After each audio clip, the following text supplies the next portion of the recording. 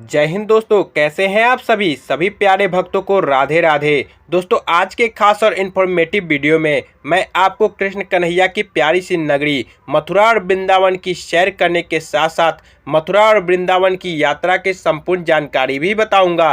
अगर आप भी मथुरा और वृंदावन को एक साथ घूमने की प्लानिंग बना रहे हैं तो यह वीडियो आपको बहुत हेल्प करेगा। इस वीडियो में हम बात करेंगे आप यहाँ तक कैसे पहुँचेंगे, यहाँ पर होटल या धर्मशाला कहाँ पर लेना चाहिए, यहाँ पर दर्शन करने का सही तरीका क्या रहता है, दर्शन करने के लिए कौन कौन से प्रमुख मंदिर हैं, यहाँ पर खाने पीने की कैसी व्यवस्था है, और वीडियो के लास्ट में हम बात करेंगे संपूर्ण बजट की। तो यात्रा से related A to Z complete information के लिए वीडियो को बिना स्किप किए एक बार पूरा जरूर देखें। तो चलिए आज मेरे साथ घूमिए कृष्ण कन्हैया की प्यारी सी नगरी मथुरा और वृंदावन में। कमेंट बॉक्स में राधे राधे जरूर लिखिए। तो चलिए फिर एकदम शुरू से शुरू करते हैं और जानते हैं कि आप यहां तक कैसे पहुंचेंगे। यहां तक आने का सबसे सस्ता और अच्छा तरीका है ट्रेन का। आपको हर प्रमुख स्टेशन से मथुरा तक ट्रेन मिल जाती है। वहीं अगर आप बाय रोड आना चाहते हैं तो आसपास के राज्य और शहरों से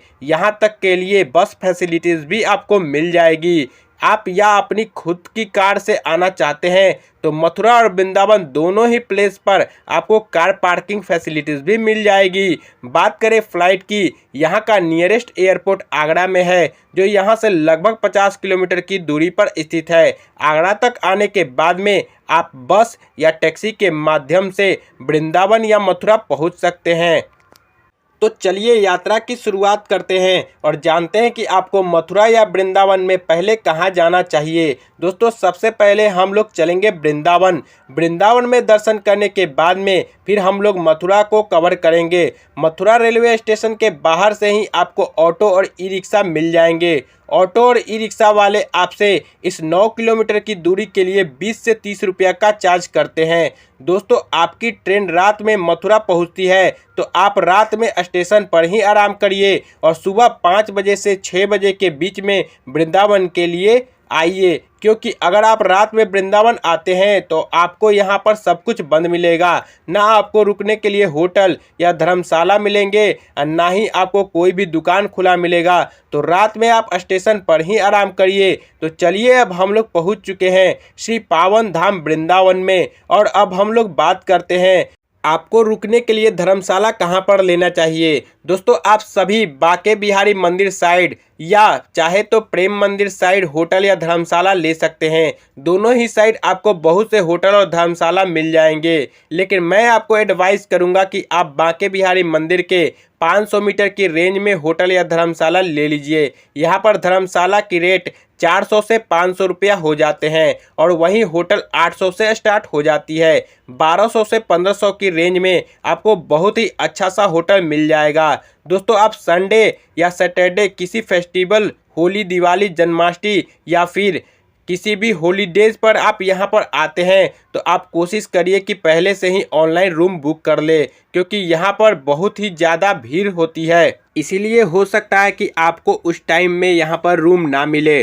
तो चलिए अब हम लोग बात करते हैं दर्शन करने की। दोस्तों, आप सुबह 8 बजे से 9 बजे तक वृंदावन आ जाते हैं तो सबसे पहले आप बांके बिहारी मंदिर साइड दर्शन कर लीजिए, और शाम को हम लोग प्रेम मंदिर साइड के भी सभी मंदिर को दर्शन कर लेंगे, क्योंकि शाम को लाइट में इनकी खूबसूरती और भी ज़्यादा बढ़ जाती है। दोस्तों, वृंदावन में सभी मंदिरों के खुलने और बंद होने के फिक्स टाइमिंग है। मंदिर सुबह 7:30 बजे खुलते हैं और लगभग दोपहर 1 बजे बंद हो जाते हैं, और फिर शाम में 4 बजे खुलते हैं और रात 8 बजे बंद हो जाते हैं। तो आपको यहाँ पर टाइमिंग का विशेष ध्यान देना रहता है। तो चलिए सबसे पहले हम लोग चलेंगे श्री बांके बिहारी मंदिर। श्री बांके बिहारी मंदिर जी के दर्शन करने के लिए आप मंदिर के बाहर फूल माला और प्रसाद ले सकते हैं। तो चलिए अब हम लोग मंदिर में प्रवेश करेंगे। सामने आपको श्री बांके बिहारी जी की अद्भुत और प्यारे दर्शन होगी। बांके बिहारी जी के दर्शन प्राप्त कर आपके नेत्र भर जाएंगे। बांके बिहारी जी की बहुत ही प्यारी और मनमोहक छवि, इसको देखकर आप दीवाने हो जाएंगे। दोस्तों, आप बहुत भाग्यशाली हैं कि आप श्री बांके बिहारी जी के अलौकिक दर्शन कर रहे हैं। श्री बांके बिहारी जी आपकी सारी मनोकामनाओं को जरूर पूरा करेंगे। तो यहाँ पर दर्शन करने के बाद में अब हम लोग चलेंगे वृंदावन के और प्रमुख मंदिरों में दर्शन करने। दोस्तों ऐसे तो वृंदावन में 5000 से भी ज़्यादा अधिक मंदिर हैं, लेकिन जो सबसे प्रमुख मंदिर है हम लोग उन सभी में दर्शन करेंगे। तो बांके बिहारी मार्ग पर ही मार्केट के एकदम लास्ट में श्री राधा वल्लभ जी मंदिर के लिए रास्ता जाता है। सीढ़ियाँ चढ़कर अब हम लोग चलेंगे श्री राधा वल्लभ जी के दर्शन करने। दोस्तों यह मंदिर भी वृंदावन का बहुत ही अलौकिक और प्राचीन मंदिर है। यहाँ पर आप राधा वल्लभ जी के बहुत ही अद्भुत दर्शन को प्राप्त कर सकेंगे। आप यहाँ पर कुछ देर जरूर बैठे, यहाँ पर बैठकर आपको बहुत ही ज़्यादा शांति और सुकून मिलेगा। यहाँ पर दर्शन करने के बाद में अब हम लोग चलेंगे राधा दामोदर मंदिर में दर्शन करने के लिए। दोस्तों ऐसे तो आप एक मंदिर से दूसरे मंदिर तक भी जा सकते हैं, लेकिन मैं आपको एडवाइस करूंगा कि आप कुंज गलियों से होते हुए एक दूसरे मंदिर तक पहुँचे, क्योंकि उनकी दूरी 100 से 200 मीटर ही रहती है।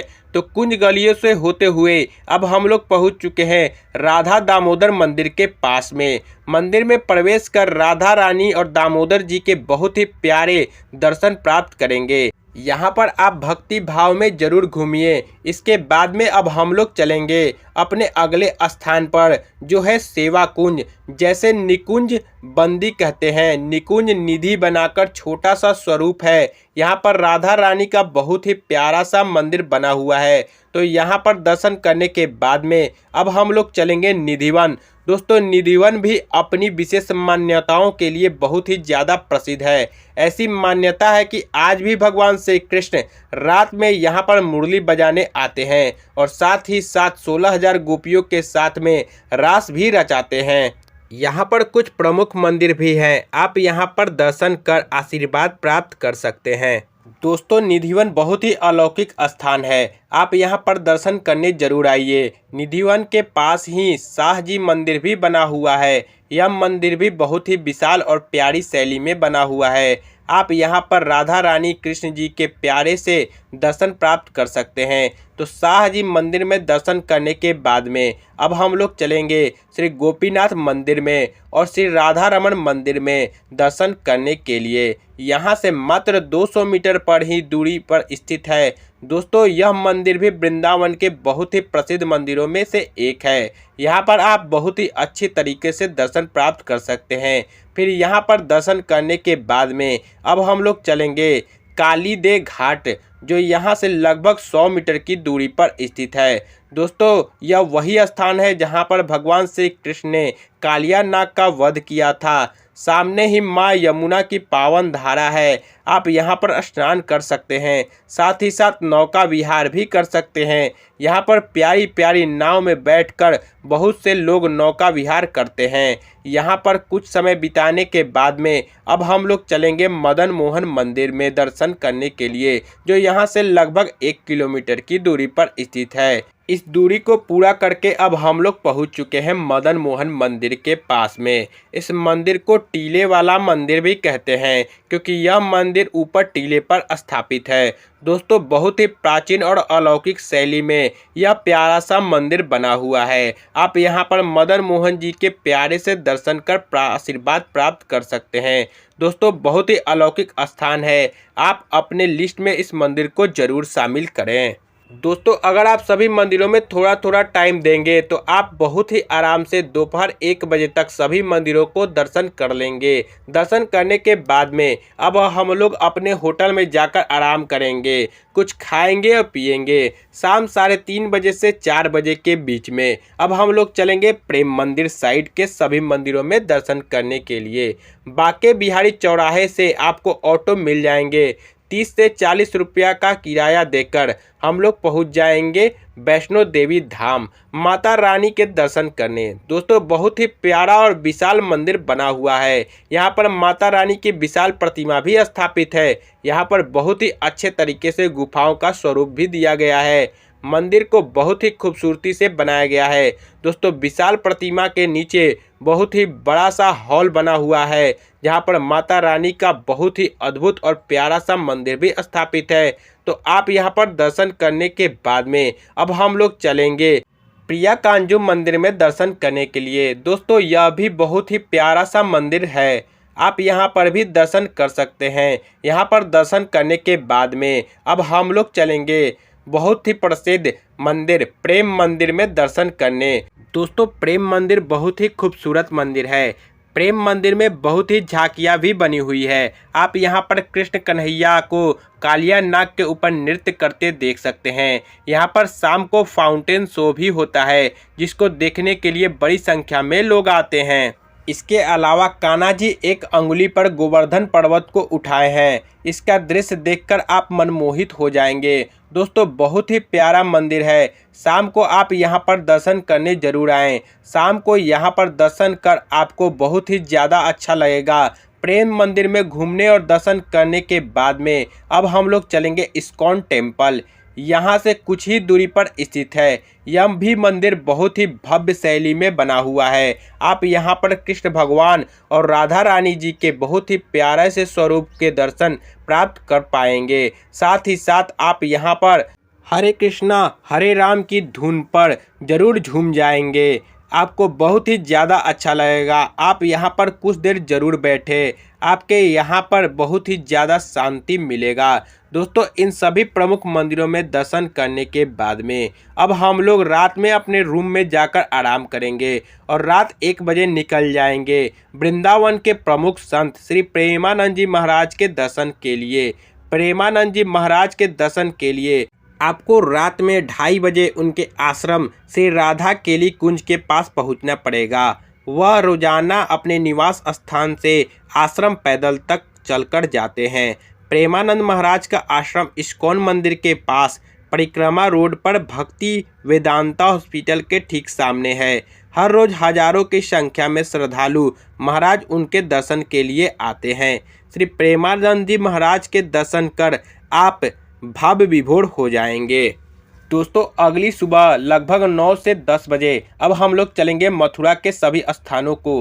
वृंदावन से ऑटो बुक कर लीजिए। ऑटो वाले आपको मथुरा के सभी स्थानों पर दर्शन करने के बाद में आप जहां भी कहेंगे वहां पर आपको ड्रॉप कर देते हैं। मथुरा जाते समय रास्ते में बहुत ही प्रसिद्ध कांच मंदिर भी पड़ता है। आप यहां पर रख कर दर्शन जरूर करें। छोटे छोटे कांचों के टुकड़े से बहुत ही प्यारे तरीके से मंदिर को बनाया और सजाया गया है। आप यहां पर भगवान श्री कृष्ण के बहुत ही अद्भुत रूप के दर्शन प्राप्त कर सकते हैं। साथ ही साथ यहां से कुछ ही दूरी पर पागल बाबा मंदिर भी बना हुआ है। यह मंदिर भी बहुत ही भव्य और दिव्य शैली में बना हुआ है। इसके नज़ारे देखते ही बनते हैं। साथ ही साथ इस प्रांगण में और भी माता रानी जी के भी मंदिर बने हुए हैं। आपको यहाँ पर बैठकर बहुत ही ज़्यादा अच्छा लगेगा। फिर यहाँ से मथुरा रोड पर ही 3 किलोमीटर की दूरी पर बिरला मंदिर भी स्थापित है। बहुत ही भव्य शैली में प्यारा सा मंदिर बना हुआ है। साथ ही साथ आसपास के नज़ारे आपके दिल जीत लेंगे। मंदिर में प्रवेश कर अब भगवान जी के दर्शन करिए। साथ साथ वहाँ पर जरूर बैठे। आपके यहाँ पर बहुत ही ज़्यादा शांति मिलेगी। यहाँ पर कुछ समय बिताने और दर्शन करने के बाद में अब हम लोग आ जाएंगे मथुरा सिटी में और अब हम लोग चलेंगे मथुरा के बहुत ही प्रसिद्ध मंदिर श्री द्वारकाधीश मंदिर में दर्शन करने। बहुत ही दिव्य और लौकिक स्थान है। यहाँ पर दर्शन करने से आपको नई ऊर्जा मिलती है। लाइन में लगकर श्री द्वारकाधीश के अद्भुत रूप के दर्शन करेंगे। जिस तरह से मंदिर बहुत ही प्यारी प्यारी रंगों से बना हुआ है, भगवान श्री कृष्ण आपका जीवन को भी खुशियों और रंगों से भर दें। आपको यहाँ दर्शन कर बहुत ही ज़्यादा शांति मिलेगी। तो यहाँ पर दर्शन करने के बाद में अब हम लोग चलेंगे विश्राम घाट। मंदिर के सामने ही विश्राम घाट के लिए रास्ता जाता है। दोस्तों, ऐसी मान्यता है कि कंस का वध करने के बाद में भगवान श्री कृष्ण यहीं पर विश्राम करने के लिए आए थे। तभी यमुना नदी के किनारे इस बसे घाट को विश्राम घाट के नाम से जाना जाता है। दोस्तों, यह बहुत ही प्राचीन और विशेष मान्यताओं वाला घाट है। यहाँ पर बहुत से मंदिर भी बने हुए हैं। आप यहाँ पर दर्शन कर सकते हैं। अगर आप कुछ पूजा पाठ करना चाहते हैं तो आप यहाँ पर पूजा पाठ भी कर सकते हैं। आप अगर चाहे तो यहाँ पर माँ यमुना के पावन जल में नौका विहार भी कर सकते हैं। नाव वाले आपसे 200 से 300 रुपये का चार्ज करते हैं। साथ ही साथ आपको विश्राम घाट और यहाँ से जुड़ी सभी मान्यताओं और कहानियों को भी बताते हैं। आपको नौका विहार कर बहुत ही ज़्यादा अच्छा लगेगा। इसके अलावा यहाँ से कुछ ही दूरी पर प्रकाश टीला भी स्थित है। आप यहाँ पर भी जा सकते हैं। लगभग 150 सीढ़ियाँ चढ़कर आप ऊपर टीले पर आ जाएंगे। यहाँ पर मंदिर भी बना हुआ है, यहाँ पर आप दर्शन कर सकते हैं। इस टीले के आपको यमुना नदी और पूरे मथुरा के बहुत ही प्यारे से दर्शन मिलेंगे। आप अगर चाहे तो यहाँ पर भी घूमने आ सकते हैं। तो इन सभी स्थानों पर घूमने और दर्शन करने के बाद में अब हम लोग चलेंगे मथुरा के सबसे प्रमुख स्थान श्री कृष्ण जन्मभूमि, जहाँ पर जगत के पालनहार भगवान श्री कृष्ण जी का जन्म हुआ था। ऐसे तो आप यहाँ पर दिन में भी दर्शन करने आ सकते हैं, लेकिन मैं आपको एडवाइस करूँगा कि आप यहाँ पर शाम को दर्शन करने के लिए आएँ।